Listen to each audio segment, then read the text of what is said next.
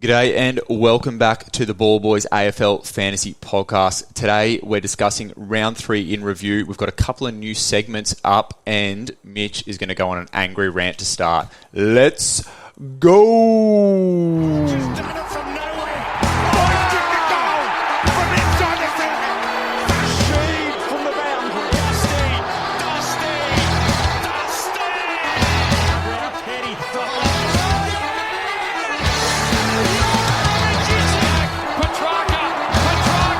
Oh, wow. How good is that? The legend becomes immortal. G'day and welcome again to the Ball Boys Super Coach podcast. Today I am your host, Mitch Casey, and joined once again by my co-host, Luke Roderson. We're talking Super Coach, right? You're telling me I've shown up to the wrong podcast. What's going on? You must be very, very cranky, mate. I am tell off us. this AFL fantasy nonsense this week. What was I'll it? just take a shuffle back and just let you go on to your rant. What a shambles of a round. I didn't think it could get any worse. And, mate, just absolutely shocking performance by the Mitchmond Footy Club today. So, Just walk us through why. Who let you down? What happened? oh well, okay. Well, this is the rant. Okay, I'll let you We'll go. start off. So Decompress, mate. This is Listen Up, Mitches, which we've stolen from, which was originally Captain segment. This is now my angry rant, but my useless AFL fantasy club. You guys you're on notice. I'm going to go through a list here. Okay. Jordan Dawson, mate, you're getting 60% CBAs, 39 points in the first quarter. You finish on 81. Get a bloody medal on the showdown. Yeah, for what God happened knows what. 18 disposals and you get yourself a medal. Probably kicked 5 goals too. I'll tell you what, you're not getting an AFL fantasy medal from me, mate. That was a shit performance after that first quarter. Hayden Young, 23 points in the first half. Didn't look like he wanted to go anywhere near the footy. I've been telling you that for 2 weeks, mate. Just absolutely putting himself... He looks like he was lining up behind the defender, hiding from the guy with the ball so he couldn't get kicked to. That's Hayden Young behaviour. Just absolutely woeful over there. My boys in the back line, look, Campbell Chess, I've got to give a shout to him. He did well, but, Lockie Cowan, he was in there the whole game, still only managed to get himself 45. Your chances are you're going to be dropped next week. Our boy Bailey Smith, he's off the booger sugar, and apparently he can't run anymore. Bevo's kicked him out of the midfield. He's scraping himself to the 71. He only got to 71 because he got 30 points in the last quarter. LDU, mate. Come on. You got a sore little calf. It's a little tight calf. I got a little story about that one when we get to it. You can't push through that. Or if it is an issue, mate, tell us earlier. Like 3 minutes before the game. Like, what are you doing over there at North Melbourne? Just absolute shambles in terms of reporting there. James Warple. Like, I knew this guy sucked. And I tell you what, I was right. He sucks. The guy kicked a goal in I think it was the third quarter, kicked a goal, went up plus 12. The rest of the quarter, -6. So for that quarter, he only had 6 points in that third one there. So just disgraceful effort. Finn Callahan, mate, come on. I know your shoulder's sore or whatever, but that doesn't affect your legs. You can still run and get into space to get the 48 points. Worst scorer. Both my bench rookies outscored you, and I paid up for you because you're mid-price. So I didn't want my rookies on the ground, but you can get out of here. Jared Witts, man. The last 20 seconds of the game. I don't know if you saw this, but the last 20 seconds of the game could have got a mark. Yeah. Didn't get the mark. Then had all the time in the world to get rid of it, dispose of it, kick it, handball it, then got pinned for holding the ball last 20 seconds. What could have been a +6, ended up being a -3. So 81 points there. Not good enough, mate. And then to finish it off, Jack Zeeble, the mid-pricer that was going to come in and save my round this week, just stopped putting up tons and was literally sitting down during the game. He was bending down, copping a squat, telling people to point. He's pointing where else to kick the ball instead of saying kick it to me. The rookie's still tunning up. Your third gamer is still putting up all these stats, and you veteran of the club, not interested. And you lost to Hawthorn. So just Mitchmond, you're on stand. Terrible round. I've dropped 15,000 or basically 12,000 in rankings in 1 week. Just not good enough. And I've got that off my chest now. I'm glad. We literally, for those of you listening, we have in the run sheet Mitch's angry rant. That's the first thing on the run sheet. Just now not good enough, man. Like I know, it's early days, but That's the biggest drop in ranking I think I've ever seen in my side before. But it was pretty big. Anyway. But now you know what it feels like to be me. So you've been Yes. on the other side of the table. I felt for you there. So hopefully... It wasn't an injury. It was like, LDU, sure, he was a lay down, but Yeah. I still got a score there. Like, all the people in my team played full games. Well, and it was just disgraceful. If there'll be a few people that are in a similar boat to you, so let's think about the positive from this. And the positive is that if you have a bad week, you can drop a significant ranking. But what does that also mean on the other side? Well, it means that if you have a good week, you can go fly up the Exactly. rankings. So we Exampled saw by, I think, Roy from the Traders Correct. went Yep. up 20,000 Yeah, or he's at something top 6,000 now. ranked. So, look, So it's let's keep very that in mind. tight. It's very tight in that top 25, 30K, it looks like at the moment. I think, that the same difference between team number 1 and team number 1,000 is the difference between 1,000 and 24,000 or something like that. Yep. So it is insanely tight. It's obviously very early in the season, but obviously not the round I was after, but we're going to move forward. I don't want to talk about this round in my team anymore. Just wanted to get that off my chest. We look forward now, Luke, and we're not for better days. We're not looking forward just yet because we're talking Bogs and Flogs. Yeah, let's get this one going. And the winner of the Norm Smith Medal. You're an embarrassment to what you do, mate. You're an embarrassment. Now, there was some very, very good performances on the weekend, but there Yes. was some pure floggery as Yes. well. Now, we're switching it up this time. Yeah, I've got the Bogs. I'm in an angry mood, so Well- I'm tossing. I've already given out a few flogs, but some players that weren't on my side also deserve They this might flog. get another drive-by here. Let's start with the first game. So we sort of discussed it on our last one. We talked about the Western Bulldogs and Brisbane, which was the Thursday night game. My Bogs, pretty vanilla, but Dunkley got us off to a good start to the round. A lot of people had the VC on him. I think he went 116 from memory, and that was good for a lot of people to take the VC. I put up that shit score that I put up with the best captain score that I've had so far this year. So if I didn't have someone like Dunkley to loop that VC on, I don't know what I would have done. He said 2 minutes ago he's not talking about it anymore. He's back. Sorry. He's back on it. Drag me back in. Who's the flog from that game? Well, again, I'm backing up again over my boy here, Bailey Smith. Bailey Smith, 71. Flog effort, mate. Look, he was on 43 at three-quarter time. He saved his score with Yeah, a that could have been so big much last worse. quarter. So I don't know what you were doing, Bailey Smith, in the second and third quarter, just running around looking pretty. But yeah, flog attitude, mate, and need to lift. Now, Collingwood versus Richmond on the Friday night. We were obviously watching this one being Tigers fans. Yes. It was a weird old game. It was slippery to start with. It was. It was a bit scrappy. Collingwood could have put 10 goals on us early, but I had as the Bog for this game an interesting little one, but I've got Liam Baker in draft. We love some Liam Baker, don't we, as Tigers fans? And that's what I want to talk about as well. Put fantasy aside. Oh, Liam Baker is a fucking jet. Oh, he is a legend. He's the kind of player you want on your team. And easily he my just favourite player of our footy club. Just never has a bad day. No, just does all the little things that you want. You never could accuse him of a lack of trying. But I also had there for people that might have had Jordan De Goey. He had Bounce quite a back? good game. Yeah, a Yeah. little bounce back Yeah, there. So poor game before. So. Baker, my Bog with De Goey there as well. The Nank played quite well too. So there's a few there that could have been named we give a goats. shout out to the Nank. Bogs, sorry. He's still in that 100 club where he scored 100 every game so and we far.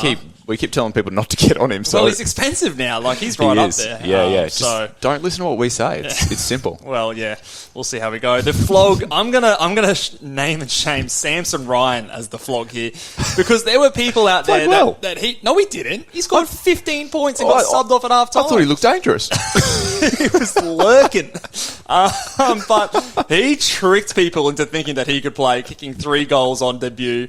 Well, not debut, his first game for this year, but we knew better, mate. We knew better. Don't get tricked into those good looks of his. Good looks. But Samson Ryan, just not someone that, again, some people were asking if we trade over a red dot to a player like him. This is exactly why I did not want to do he's the that sub-risk because every he is time he puts a jersey on. Absolutely, every time he puts a jersey on. Jersey. What did I say? Lots of germs on those Guernseys. But 35% time on ground, had 1 kick, 1 handball. So I don't think we need to worry about Samson Ryan. But unfortunately, if you have him, you just got to cross your fingers that he comes back into the team and Richmond want to play tall and, They seem You're like at they the want to mercy. play him, don't they? They want to play him, but it is very much a team structured sort of thing. If they want to be tall, if they want to be small, then obviously small was the way to go on Friday. Let's talk Hawks Kangas. Now, I've got written here, best on ground, Will fucking Day. Yeah, we've already sworn, so the explicit tags on this thing throw here, it up so, there. yeah. Is there anything more you need to say? No, he looks better every single game he's played so far this season. He got hit by a bloody Big Mac truck there halfway through the game. Yeah. Who put the hit on him? I think he's been offered a week. I can't recall who it is, but he got absolutely flat and just bounced back up and Straight said, up, yeah. I'm scoring more points for my boys. Was it? No, sorry, I'm thinking of a different game. Yeah, no. He just looked really good in there, composed, tackled hard, spread from the stoppage. He is someone that, look, I was a bit... we both started with him. I was a little nervous starting with him, but it's ended up being one of our best picks so far this season. So who's the flog? The flog, another drive-by again. James Warple, you spud.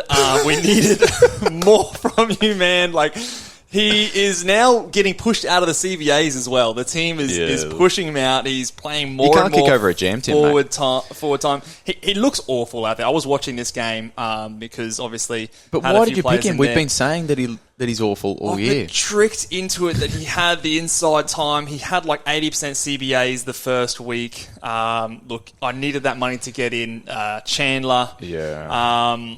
Look, and week 1, 82, I was happy with that, but this week, 57. Look, and based on other things happening in my team, he's more than likely going to stick around in my side, but my God, if he puts up another stinker again, he is quickly out of my team. So yeah. You're on notice, Warps.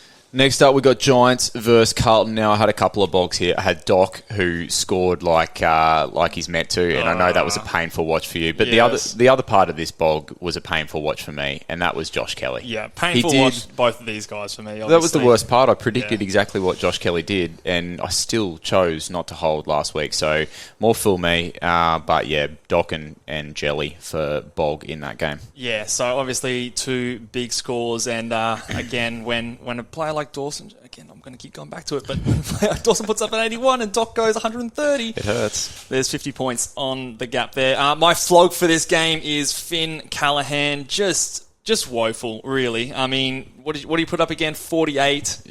Like, you're a rookie. Like, you're basically a rookie there. You're only outscoring our Lockie Cowans by 3 points. You know, players like Luke Pedler, Cade Chandler, I think maybe even Fergus Green might have outscored you this round, or nearly. We just can't have that. So, yeah, it's just a terrible game from you there. My trades were not the worst last week. Callahan and Sheed both went, so great trade. Not too bad. The guys are bought in, not too bad as well, but we'll talk about that a bit later. St Kilda and Essendon, I had my Bog. I thought I should suck it up and at least give credit where credit's due. It's very big of you, man. It is, yeah, thank you. And I haven't been Darcy Parish's biggest fan, but I'm going to say I'm happy to give him the Bog for this game. He did look good, and the thing I've been saying is that I don't think he can score when Essendon don't win, and he's come out and he's scored pretty well. So props to Darcy Parish. There's a couple of people out there that have been saying we hate the Bombers. We don't hate the Bombers. But yeah, well done, Darcy Parish, on your game on the weekend. You're the Bog. Yeah, well done. And the flog for this game, I've got a pair of flogs on this one here. I'm calling brothers. these the Bench Brothers, Hunter Clark and Liam Stocker and Clark. Probably 2 players that people were looking at trading in with that Charlie Constable issues. Yeah. Both of them not being able to crack the 70% time on ground. Hunter Clark has done that 3 weeks in a row now. So, boys, get off the bench and into the game. How about you, Or is something going on there? I was just going to say, imagine how pissed off you would have been if you traded in Stocker instead of Zeeble. Yeah. I think at least with Zeeble, you think there could be a guy that you could keep there long term. Well, Stocker actually, he actually had a decent last quarter. Had 22 points in the last quarter. He was on 33 at 3/4 time, and it was looking really bad. Yeah. But and apparently there's a bit of an injury concern on Stocker as well. So, the one time, one of the few times you were out on the field, you get injured as well. Maybe if you're a bit more warmed up, you might have saved yourself there. So get off the bench, boys. A bit more warmed up. Do some laps. Come on. Yeah. Port Crows, I've given the Bog to the only bloke who showed up for Port Adelaide, and that was Connor Rosie. So I think that's a fair enough call. I hope a lot of our listeners weren't trading him out. We did get a few questions about that. I think, did Calvin end up trading him out? Oh, did he? I think he might have. Don't quote me on Calvin. that one. Oh, no. Yeah, I think that's... well... Friend of the show, Bales, would be pumped up about that big win. Yeah, big win for the Crows. I'm going to throw a flog over to another teammate of Connor Rosie, Jason Horn-Francis, when some people maybe had to hold with the Charlie Constable issue going on there. He was looking okay. I think he had 60-something in the first 3 quarters, and then just packed up shop, just went home. I'm done here, boys. Grabbed his bags, went home, and 2 points in the last quarter. Never cited after that. So stinky, eh? Woeful effort in that final quarter. Jason Horne-Francis, come on, mate, finish out the game. Suns Geelong.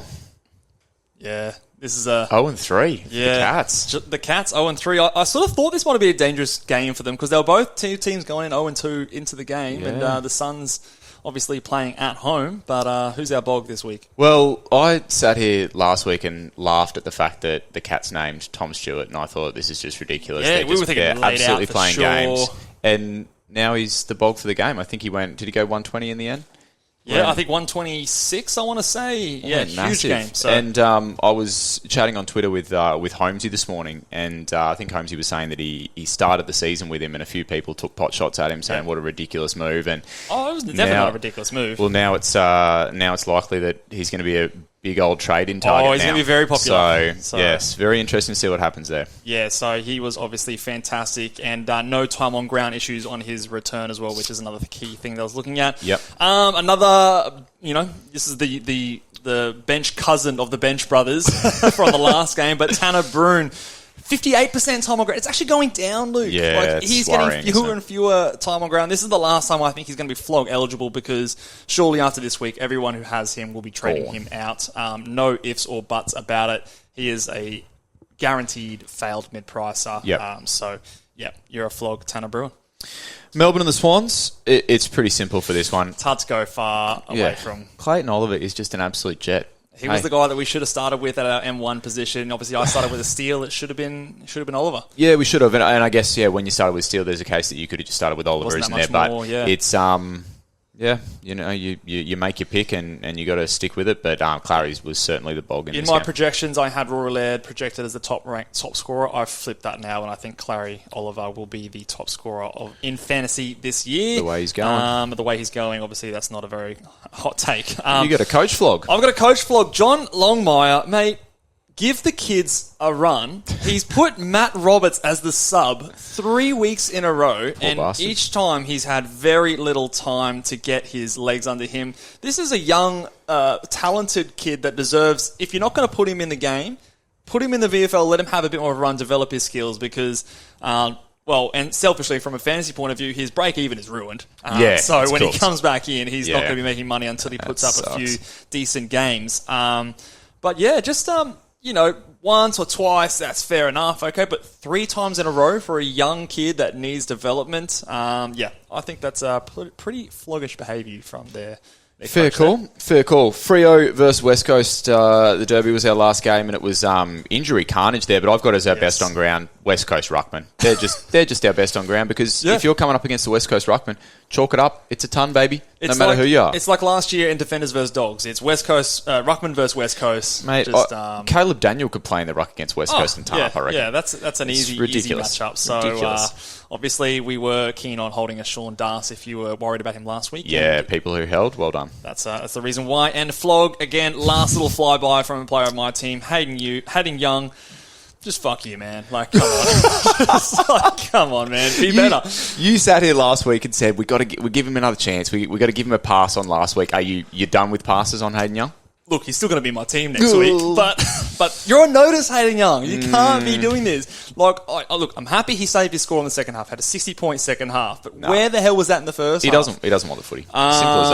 Simple as that. He kicked a goal to get there, but yeah, just come on, man. Like I said, he was literally hiding behind defenders, trying to get away from the footy. It's disgraceful behaviour. It was not a good first half to watch. So Hayden Young, you floggish behaviour from you there. That wraps up our Bogs vs Flogs. Should we play the thing again? I love playing. I've got to take a breath. And the winner of the Norm Smith Medal. You're an embarrassment to what you do, mate. You're an embarrassment. All right, I'm done being negative now. Let's start to we've shed that off. I feel lighter now. We're ready for some news from the week. Yeah, let's talk about some news. Weekend. Let's do it. Hopefully that audio grab played. But we've got our news for the week, a little bit of current affairs. Now, the first dot point I've got here, there's actually a story that goes with this dot point. So we get to, I guess it would have been close to sort of 2-ish on Saturday afternoon, and I was upstairs painting one of our spare bedrooms, and I hear from next door, fuck, fuck. And I think, God, Sorry, kids, by Mitch the has cut his finger off here or something. And Ellie, I can hear Ellie come running down. So, what's going on? And then Mitch, LDU's out. Fuck. So that's how I found out the news about LDU. Yeah. Mitch just lost it. I genuinely thought you were injured, mate. I was dead set just about to call this triple is zero. worse, Triple man. zero. This is worse. This is our pod. He's 6% owned, mate. That's probably our big headline news from the weekend was Yes, LDU so- being out, and the fact that it was late out. It really was sucked for fantasy coaches because you didn't. super late out. Like the last 2 minutes before tip off. did- The first bounce. Sorry, my bad. Tip off, kick off. But you didn't. That was the thing. You didn't get a chance to really have a look at what your options were. And for that reason, when I heard the screaming and commotion coming from next door, I actually just chose to sit. Accepted your fate. Exactly. I thought, well, there's more bad that can come from me trying to jump on my phone and make a last minute trade than there is good. So I just sat, and I think you ended up doing that too. I ended up doing that too. What I was considering doing was, trading him instead of. Obviously, I traded a rookie out. It would have gave me a whole bunch of cash on my bench right now to fix up a whole lot of things, but I think it would have been too much cash, and I was crossing my fingers that he's going to be back in this week.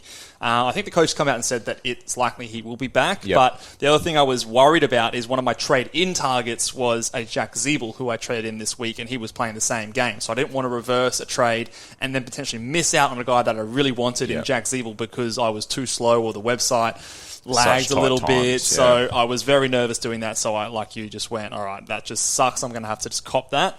Cop the emergency score, which wasn't Oliver Hollands, which, by the way, where's my 77? What's going on? I scored 77 last week when Josh Kelly owners were, banking on a guy. What did I get? 50, 56? Come on. We can be better. Anyway. It was rough. But the good news is likely to be back next week. Yep. I guess the narrative we can spin to ourselves is hopefully he was going to get tagged anyway, and maybe this just saves his break even, but it still sucks because obviously he is, in the averages, one of the highest averaging players in fantasy right now. So a pod for the people that own him as well. Yeah, 6% owned, so that definitely hurt. It certainly did. Next up on the bulletin, the Copper was put into lockup on the weekend. Yeah, you're going to have to explain this one to me. Are we talking about our boy Constable? The Constable. Yes. Okay. Yes. So he was cuffed. He was out. He was done. Out. He was in the Scoobies. One positive from this weekend. Oh, are you talking about your scooping? I've officially been invited to Team Awesome Sauces by Roy. I think you had to throw a light out there to get that invite, didn't you? I saw on Twitter. I threw a few little baits out there. Desperate. But I was very happy with our little reporting. Yeah, we have an inside word over in the Suns at the moment. Huge. So which will remain unnamed.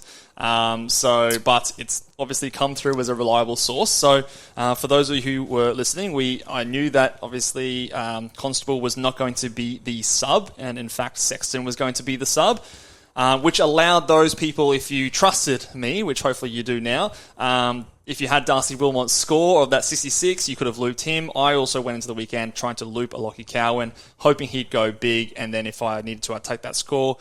Wasn't happy with the 45. Went with the Campbell Chesser, which ended up beating it by 6 points. So, it's good to know that the source inside Gold Coast stood up. But that'll be an interesting one to see what happens. We'll see talk if he comes back. I'm thinking there was an injury to Sexton. I think there was. I think there might have been another injury as well for the Gold Coast Suns. So it wouldn't surprise me if perhaps Constable is the sub this week with Sexton no longer being available.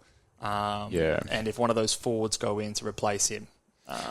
So we'll have to wait and see. That's it. There's a bit to play out. We'll talk about it a little bit more in trade targets, but a bit to play out there. Setterfield in the last minute of the game, I think it was maybe a confirmed finger injury, maybe a dislocation. So all I really saw was... Yeah, I didn't watch this game. So it was sort of right at the end of the game. He was kind of at the corner of the screen. I saw he kind of laid a semi-tackle and then got up and was sort of holding his hand, and then the camera panned off, and it was so late in the game they didn't really talk about it.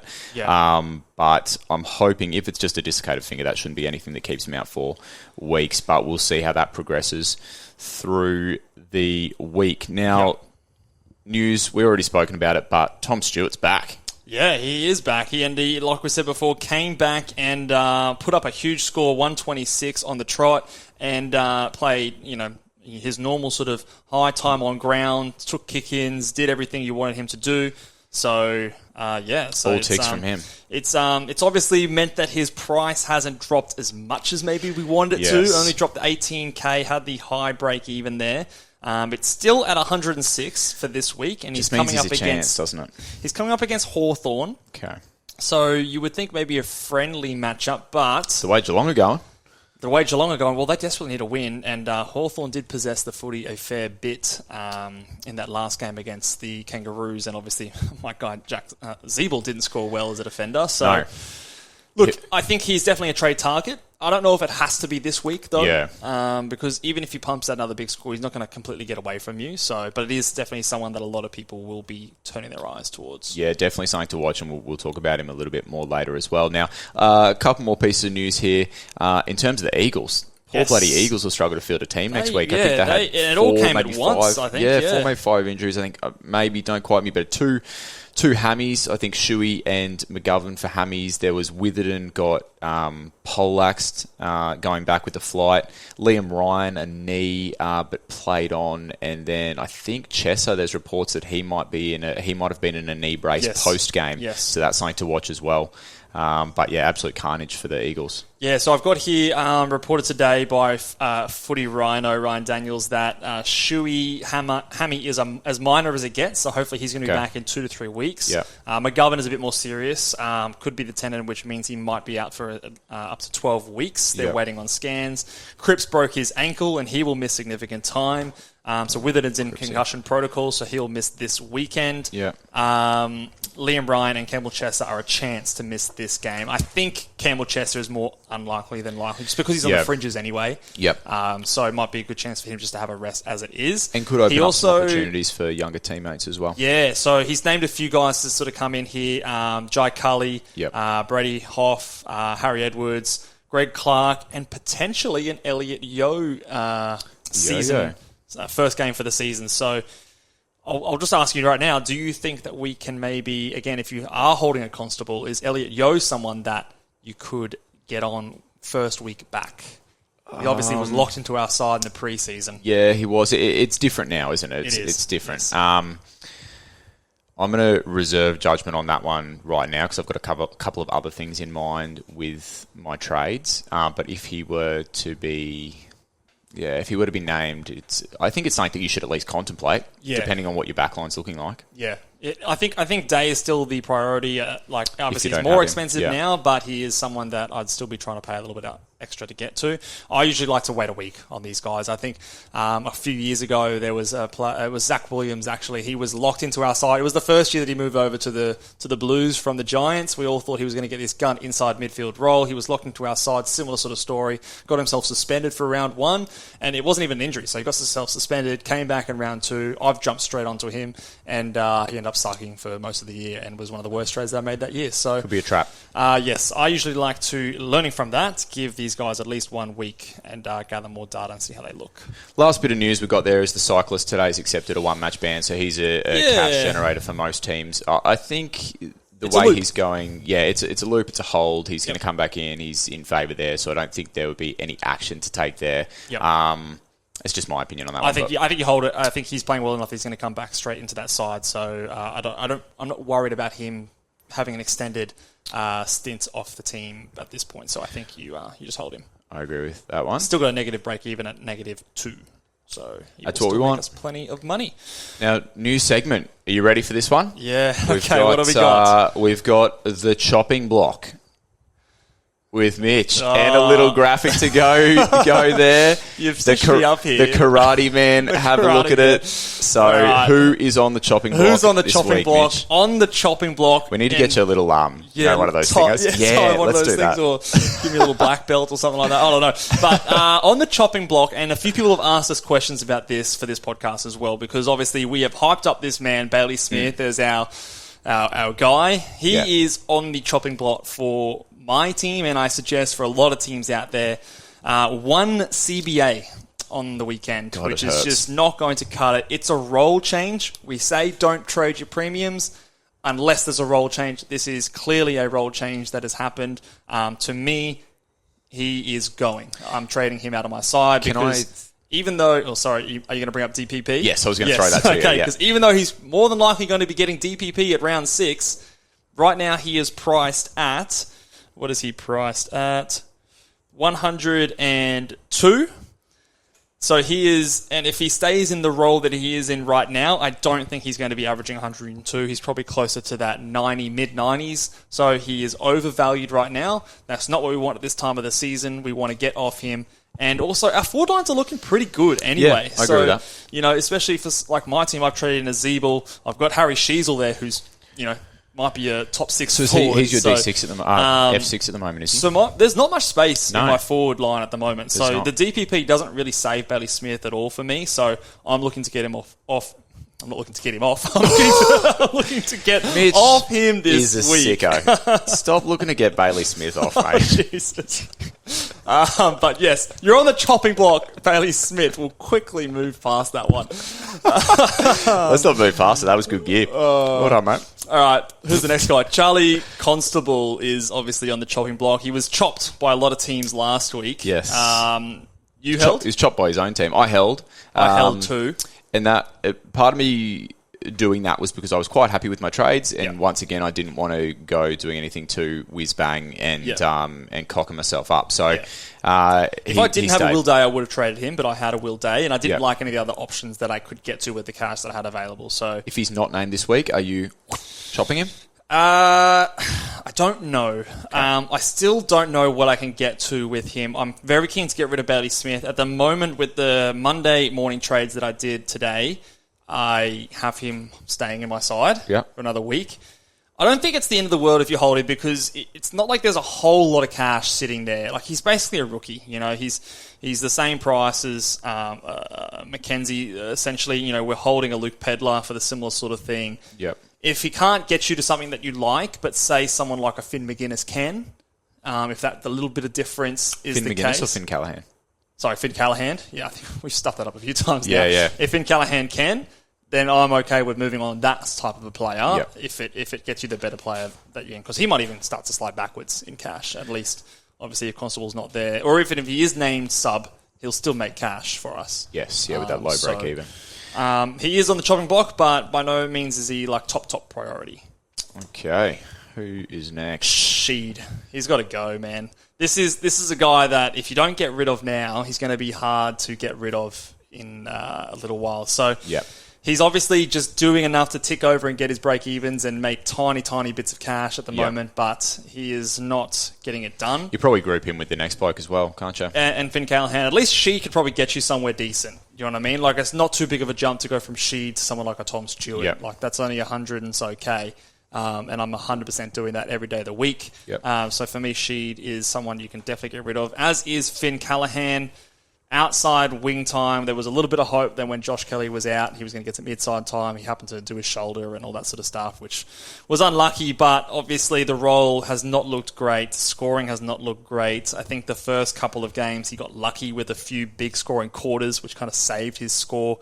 Didn't happen this game, so for me, he is almost number one priority of all these players to get traded, because he's scoring like a rookie. Yeah. He's priced more than them. So for me, he is in my early trade plans at the moment. I'm trying to get him across to a defender, use a bit of DPP action to use that to also fix up Bailey Smith. So those are my priority movements at the moment.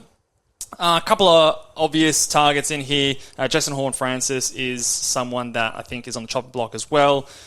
2-point quarters just don't get it done around here, Luke, and he is very inconsistent. So I've been sort of saying the last few weeks he is going to go. Mateus Philippou, the Philippousis. He's on the chopping block too for me as well. Because, his break-even's now up to, I think it's 30. I got rid of him last week because it got me to the guy that I wanted, which was a Jack Zeeble. Yeah. Once that break-even starts. I know 30's not a super high break-even, but if he's pumping out 40s, then that cash generation is just really stalling. So especially when there's maybe a couple of guys that you can go to. There's a couple of cheaper rookies that you might want to downgrade. You can make a little bit of cash, like a Van Ruin or something like that. Yeah, even I think Caminiti is still a little bit cheaper. You might make 50k there. That's a move that I'd be happy to tick off. You know, his break-even's 30. He's scoring 40s the last couple of weeks. So the cash generation is stalling. Yeah. Look, he could come out and have a big game. He did have CBAs on the weekend, but it's about making that cash quickly so that we can get onto those upgrades nice and fast. So I think there's nothing wrong with getting rid of Philippousis. Anyone else that's getting chopped this week? Andy McGrath is someone I want to talk to you about. Okay. He's probably not high on a lot of people's priorities, but I think that if you've got the luxury, he would be someone that I'd be very keen to get off of. For example, he's 719,000. If you could go him to Stewart this week, then Stewart that's again, just almost a no-brainer, isn't it? 757. There's only sort of, less than 40k difference between those two. Yeah. And I just think that Stewart is definitely going to be the keeper over an Andy McGrath. Especially if you're rocking McGrath at D3 or something like that. That could make your defensive line starting to look really good. Let's say if you don't have a Will Day, I don't think it's too late to go from him down to a Will Day. Yeah. Make some money. I would agree with that. So I think that, he had a matchup against the Saints and still couldn't crack the 80. Yeah. So I just like we sort of hypothesized in the preseason, there's a lot of mouths to feed in that back line at Essendon. So I think that he is someone that, if you have the luxury, he is on the chopping block. Let's chop. And one more here. I think you've driven over this guy, you've reversed back, now you're going back over James him. Warple. Yeah. Stuff Mate, you, he's James. just not a good footy player. I'm telling you now. He's just, he's better than me. I was going to say, it's pretty rich coming from us. He's not a good AFL footy player. Unfortunately, he's likely going to stay another week in my side. Yep. I don't think he is as high priority as like a Callaghan or a Sheed. Sheed has a bit more money on his head. A Callaghan doesn't have the role, so at least Warple's getting CBAs and he might be able to get some tackles in there. And his break-even's 51. I expect him to at least get that and make a little bit more cash for us. But again, if you have the luxury, here's someone that I think you could do fine by moving on. Bloody Warple roller coaster, hey. Deej won't like you talking like that. Sorry, he beat me this week. Did I tell you that? You? He beat me in our league. In the draft league or in the classic? In the classic league. Anyone would have beaten me. So Stinky. Yes. Okay. All right, let's move on. We're going to trade targets here. Let me see if I've got this transition right.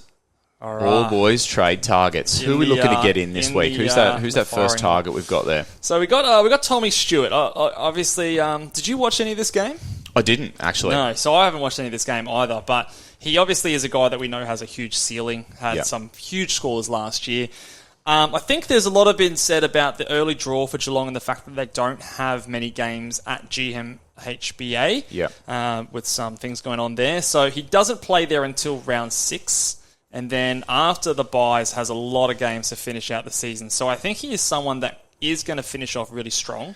Problem is, if you target him around the buys, then he might have increased on a few big scores on your head. So by 80 odd K by the time you get there, I reckon. So I think he's going to be popular because he's the cheapest premium basically in our back line, and the back line is something that we're all struggling with. But it is still hard to get someone like us. If you held Constable, it's very difficult still to get him up to a Stewart. Like that's 300 plus K you got to make. It is. I really want to get rid of Hayden Young, eh? Yeah. So what are you thinking about going from him down to a Stewart? I could go to... Got to make it 8K. I could go Baz to Kelly and Young to Stewart. And I think we had a question about that. It feels very, very... kind of feels sidewaysy, but at the end of the day... a small upgrade. Well, at the end of the day, Young and Baz are underperforming premiums. Baz's role looks terrible and Young's want for any football looks terrible. So There's also a small concern with me about Hayden Young's role as well. Like it's... And again, looked like he was getting a little bit of a tag early in the game. Not maybe a tag, but close attention. Someone was running with him, preventing him from getting any cheap marks, and he's definitely like the players that switch the ball around. He's not in that. He's up further at sort of that 50-metre mark. He's on like the short 45. He's on the short 45, but when you're on the short 45 and you're not calling the ball like he isn't, it's not an easy, obvious kind of just chip to him with no pressure. Yeah. He's the kind of guy, and he's sitting at the back of stoppages waiting for that ball to come out. He needs someone to get it to him. So the role is not exactly the best when it comes to fantasy scoring. So that could definitely lead you to Tom Stewart this week potentially. And another guy that we're going to talk about in terms of trade targets is Jelly, the guy who I shouldn't have traded out. So he's a big target for me. And the people who held last week, you've been rewarded straight away. With Kelly going 120 plus in his first back. I think we all agreed from the start of the season that if the role was there, then he was going to be capable of these huge scores, and he just showed it again. Like I said, messaging Holmesy this morning, and he did, pop up a little flag that if Kelly keeps going like that and you're coming up against the Giants, who's probably your number one tag target. But I did want to flag that. So they do come up against Hawthorn in 2 weeks. So they Yeah. got Essendon this week coming, who we thought might be running tags, but it doesn't look like they're tagging as much as we thought. I think with Setterfield going so well, they're happy to just keep that main midfield mix the same. Yep. But then he does have Hawthorn in round 5, so might cop the McGuinness tag in that one there, which, again... Look, I don't know if it's enough to scare me off, because when you're picking a guy like this, you're picking him for the season, right? Like, Yeah, it's these long-term. guys, like, he's going to come in as my bloody M1. So he's going to be the guy that I'm going to be holding for the Mate, rest of the year. he could score like an M1. And I think there's a chance he goes 110. He's still priced below that. So what's he priced at the moment? Josh Kelly. He's priced at 103, 104 sort of average. So there's upside where he's priced at the moment compared to some other guys who are a bit overpriced. So I think in terms of the premium mids, he is very attractive to me, especially if you are wanting to get off a Bailey Smith. So he is someone who I'm definitely looking at getting into my side. Will Day is the next guy we've got on the list. So let me be hypothetical with you. If you don't have Will Day, are you trying to trade up to Will Day, or are you potentially looking to go down to Will Day, depending on who you have? I think the best scenario is you're going up. Yeah. Like Depends if you who you're have going a Constable, if you had a Liam Stocker, that kind of flopped on the weekend. I think another little jump to get up to Will Day would be awesome. I just think of all the mid prices that we were talking about last week, a lot of them it is too late, but for Will Day I don't think it is, because he's still below 700,000 and he's in that defensive line. And like the I role said, looks so good, doesn't it? he just looks like he's getting better and better each week and more comfortable with that role. Yeah. I know he played North, so I don't expect a huge score like that, but it was the 92 against Sydney that really encouraged me. Like, tough matchup, still pumped out that 90-plus score. So if he's someone that can go 90-plus, that is someone who, and he's priced at he's still priced at below 70, so there's 20 points, 20 points of value still there. You've got to get him in, don't you? Actually, hold on, I've not updated my price stat there, so 671. Might be a little bit more. But His price is 77, so yeah, he's still over 10 points under his eventual price, so I think that he is someone that is still, it's hard to swallow now, but I think it's not. This will be the last week. This is the last week to get on a Will Day if you haven't already. Yep. But I think of all the mid prices, he's the one that I'd be happy to jump on still. I agree with that one. And you've added a few more boys to the list as well. Yeah, what have I added on here? Caleb yes. Sarong. So Caleb Sarong. He is someone that he had the tag in that first game here, but he has gone back-to-back big scores. 115 round 2, 127 against the Eagles. And the big thing for him here is the time on ground percentage. He's gone above 80% in all 3 of his games so far.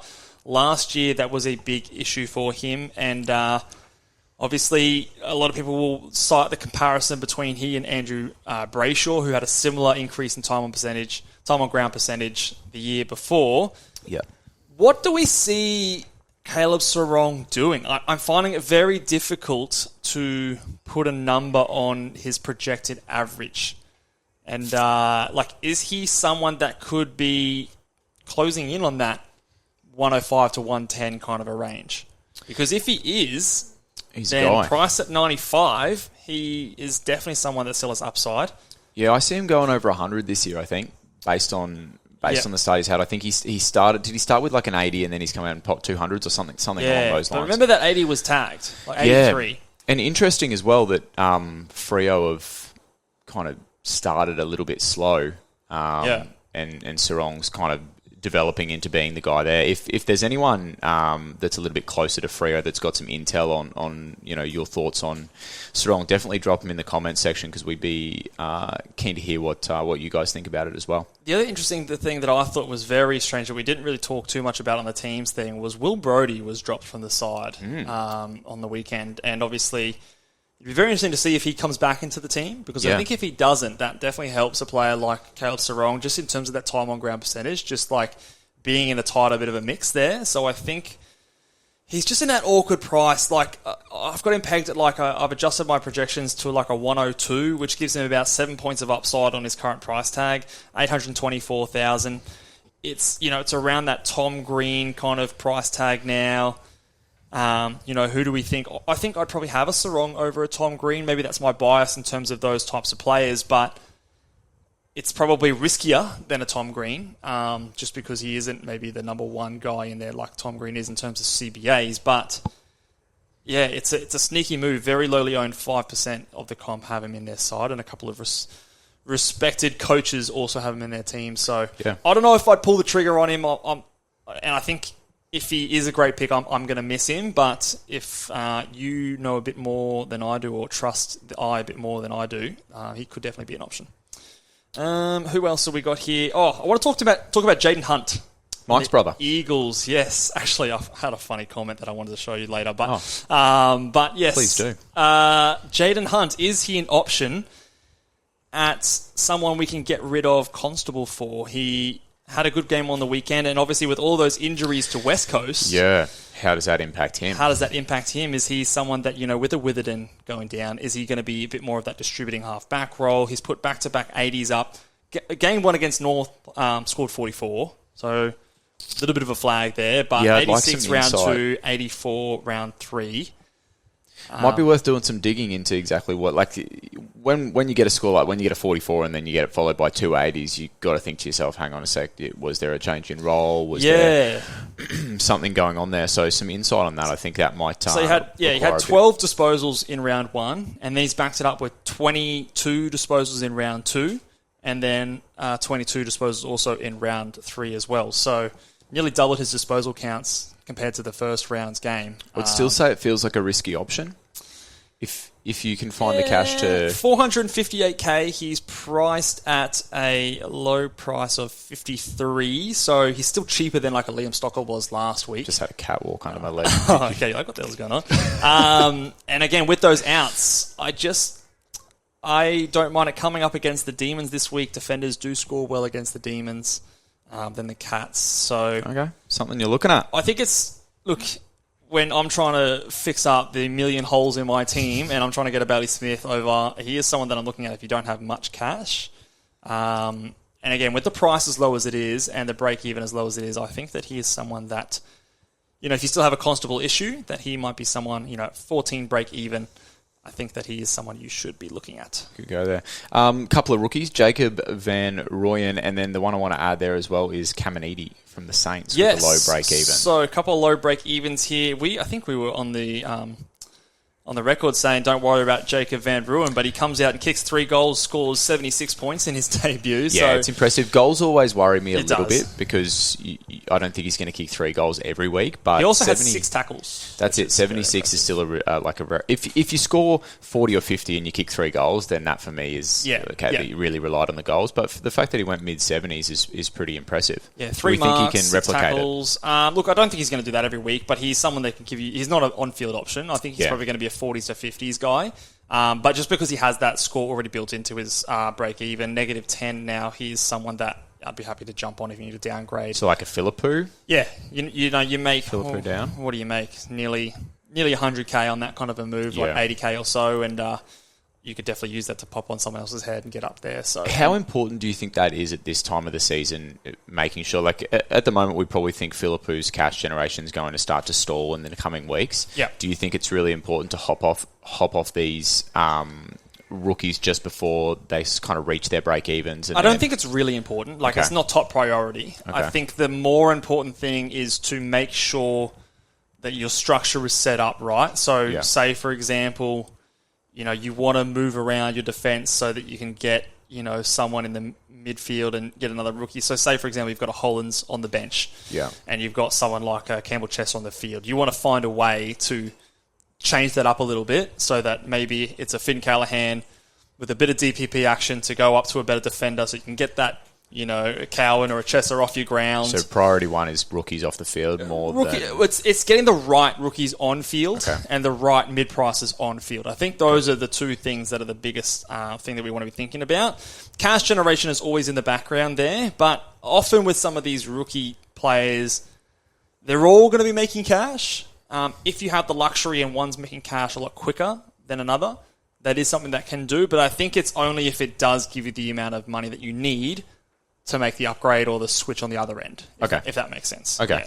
So that's why I was very happy to get rid of Philippousis this last weekend because it got me to a Jack Zeeble who, on the weekend, made a whole bunch of cash. And even though I culled a rookie early, I felt like it was the right time to jump on a Zeeble who made 41,000 more than Philippou did, and he's someone that I think is going to be on my field. So I was happy to do that kind of a switch.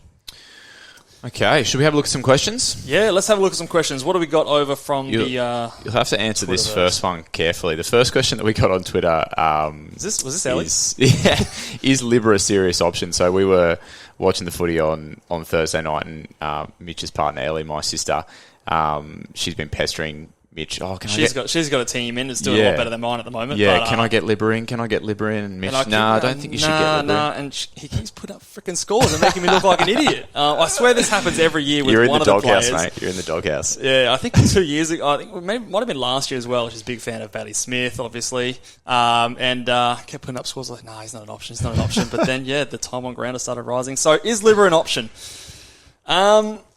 Look. What's he been doing in terms of his CBAs? Let's have a look at his CBAs. His CBAs are high. His CBAs he's maintained, I think, from the back half of last year. He seems to be the big dog in there. He and Bontempelli seem solid. Do you think he's been the main beneficiary of the Dunkley out? See, my initial reaction and my knee-jerk reaction is no, because he already had the role at the end of last year. So I just want to have a look at some of his scores from the end of last year when he did have that role and the high CBAs.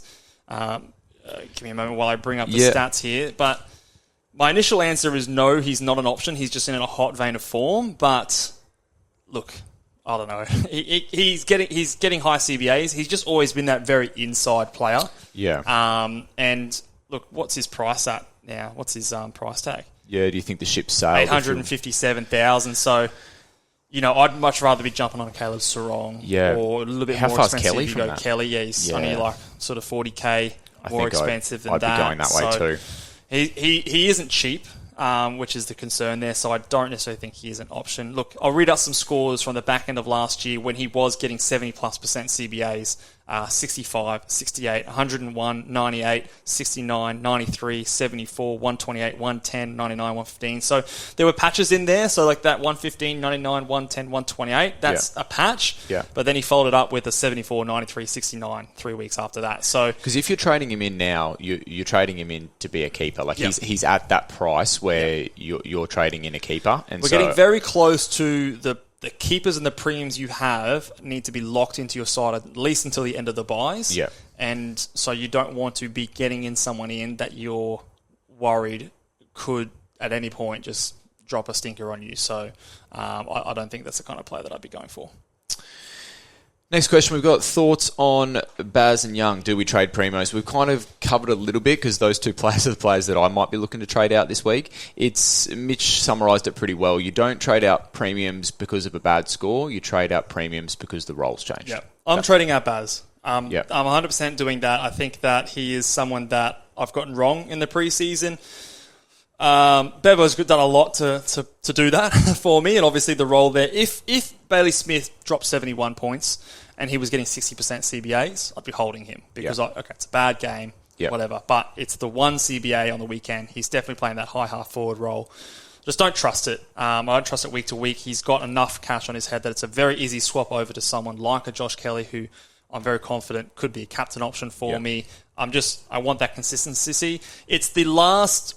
Like I said, it's the last round, or maybe the second to last round for us to do these kind of moves. I'd prioritise Baz in terms of trade outs over Young. Yeah. One, because he's in the midfield and you can probably get to a more captain option there. And two, Hayden Young's role is not as dramatically different as a Bailey Smith's role is. So you could trade both if you're in a really luxurious position.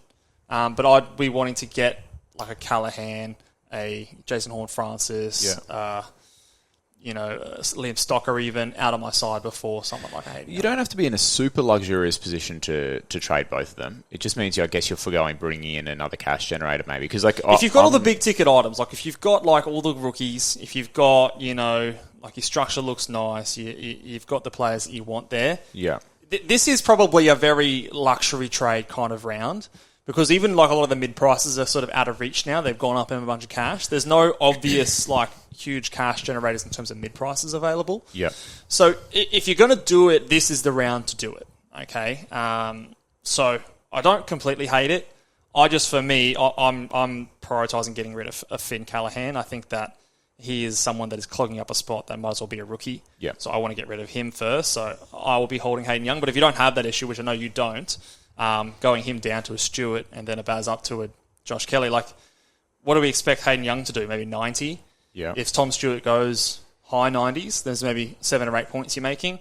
Bailey Smith goes 95. Josh Kelly's a 110. There's 15 points. You're making nearly 30 points of there, and that's going to be there for a long time. So I still think it's a decent option, as long as, again, you're not sort of leaving yourself thin anywhere else. Next question is Weller, Baker, or Zeeble? So Lockie Weller came in and played his first game for the Suns, and he's basically Constable, but with He's played 2 games, hasn't he? Has he? He's basically Constable, but with better foot skills. He's an elite kick. And then Baker, 90, 88, yeah. Baker, I'm assuming Liam Baker, not Oscar Baker. And then Zeeble. But I'm probably still going Zeeble of those 3 options. So Zeeble's closest to being a keeper. I'm just having a look at his price stat figure now. He's priced at 77 now. I still think that that's a decent amount of value. He's probably at least 10 points below where I expect him to go. The only thing is, who was the other guy? Weller, 696. So he's more expensive than a Will Day. We'll put that out there. Yeah. What did he actually... Was he taking kick-ins on the weekend? Like, what's his actual role? Again, I didn't watch this game, so probably not super informed to let you know yet. So he took 7, the most kick-ins of the game. Second was Will Powell. So it's positive. I don't think... Actually, let me look at what he did last year. I don't think was he taking kick-ins last year? You're talking about Lockie Weller? Yeah, if this is a role change from what we saw previously. I'd imagine he'd been taking kick-outs. He's been an elite kick since he was a junior. I know there was times that obviously Brandon Ellis was taking some kick-outs and things like that. So I'd have to research that one a little bit more. We might go through that in the trade targets. We can reply. Podcast We can reply to on that Friday, but it's probably not one that's jumping out at me in terms of huge value. Especially if you don't have a Will Day, I'd still be going there first. But yeah, I don't know enough to rule it completely out. Baker, I'm ruling out. As much as we love him, we said he's probably our favourite player at the Richmond Tigers. Because he's so good, he gets thrown around the ground week to week, and I just can't trust that his role's going to stay there. And like we said, the players we're bringing in now, we want to hold until the end of the buys, so you don't want those question marks there in terms of role. No, I would agree with that. What other questions we got going there? Mid-prices to jump on. Like we said, there's no obvious... Like, a lot of them are getting closer to their price stat figure. I think Will Day is still someone that I'd be looking to target up. So this person's asking for a need to fix up Constable. So if you don't have Will Day, I'd still be trying to go there. After that, if it's a Constable fix up, I think you're either trying to get all the way up to Tom Stewart, or I don't mind a Jaden Hunt option as a bit of a stopgap if that's someone you can get to who's not that much more expensive and has a low break even. With a few players out for the Eagles, I think you'll have a higher responsibility.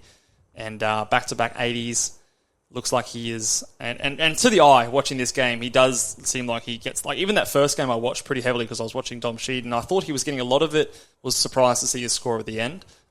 So I think that he is someone that if you can't get as high as those other boys, if it means you can do something else in your team, that might not be the worst thing. Yep. Are we moving off Dawson with a mid-roll? Now... As much shit as I gave Dawson at the start of the episode, I think this could potentially be a really good thing for him. He did go up against Port Adelaide. Let's put that in mind. Yeah, so tough team to score against. And the fact that I think he was the second highest CBA attendee outside of a Rory Laird. So you like the mid-roll for Dawson compared to the half-back roll? I do think that a Jordan Dawson is the kind of player that could benefit a lot with this kind of a switch up. Okay. I just think he's a really good player. I think he's big enough that he can still get in there and get his tackles.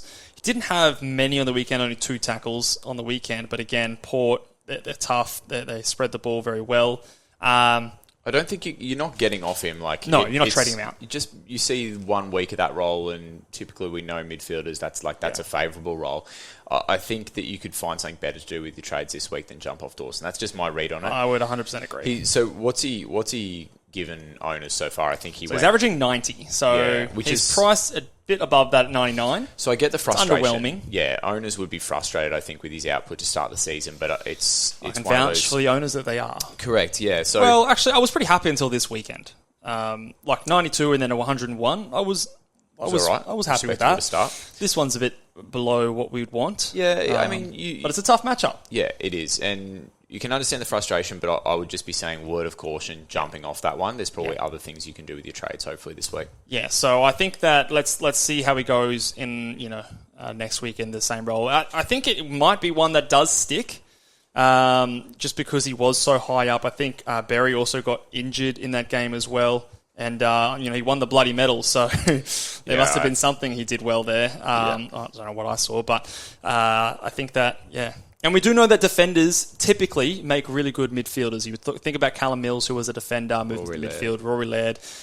Selby's said this before, that, they know how to, pop out for a mark. They're defensively minded, so they tackle well. Yeah. They can still rack up the pills. So I think Jordan Dawson is someone, especially Rory Laird's not known for his usage of the ball, so they're going to look to get him to, put it on his boot and set people up inside 50. So I think he should be fine. Yeah, stick with that one for sure.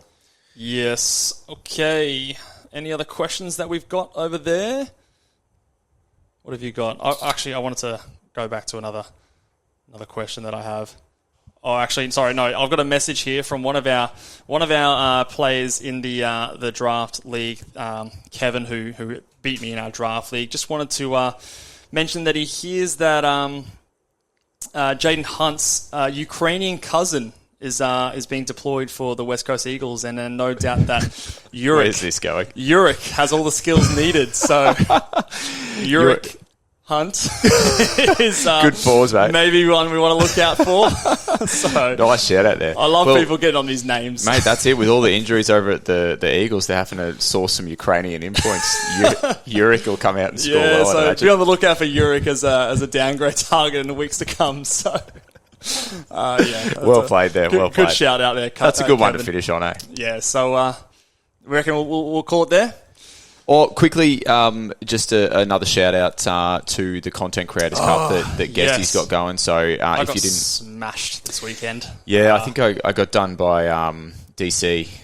Who's leading the way at the moment. So it's he's looking pretty good, but it's still good fun, even though we're getting pumped. But for those people early who days. didn't, that's it. And for those people who didn't hear last time we mentioned it, Guesty has set up a bit of a Content Creators Cup, and the winner is going to receive, I think it's $5,000 $5,000 donate to charity of their choice. Mitch recommended that his charity might be my team, but after this week, I think it might have flipped around a little bit. But so I'll leave that one. There's 4 teams at the moment who are undefeated. Statesman, the Nathan, the Obermullets, who beat me this weekend, Roy, and the Warn Dogs are all undefeated at the moment. So, good on those boys for starting off well. Absolutely. Make sure that you check out all the different Twitter accounts associated with those teams and channels and stuff, because everyone's working hard to get out some good content. So we're coming back, Luke. We'll be right. We've shed a bit of weight and let it off our chest now. And school holidays now, so I don't have any excuse. So I've got all the time in the world to think about fantasy. So if I still suck, then it's official. I just suck. No, you're coming back, mate. If Roy can make up 20,000 spots in 1 week, I'm next. You can do the same. All right, and hopefully so can I.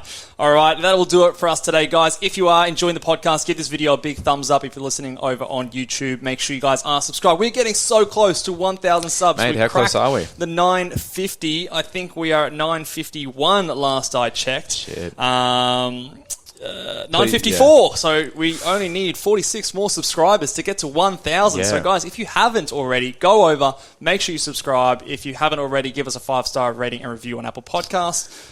And live show. Friday as well. Are we doing Friday. It again? Beers? Yeah, I think so. Let's do it. We'll have to organise a time because obviously school holidays, and there is an early game this Friday as well, a 4:20 start. Ooh, goodness. Because of the Good Friday. So look out for Twitter and when we're going to be doing that. Yeah. If we'll confirm it if it is a live show, I think more than likely we will do it. It was good fun.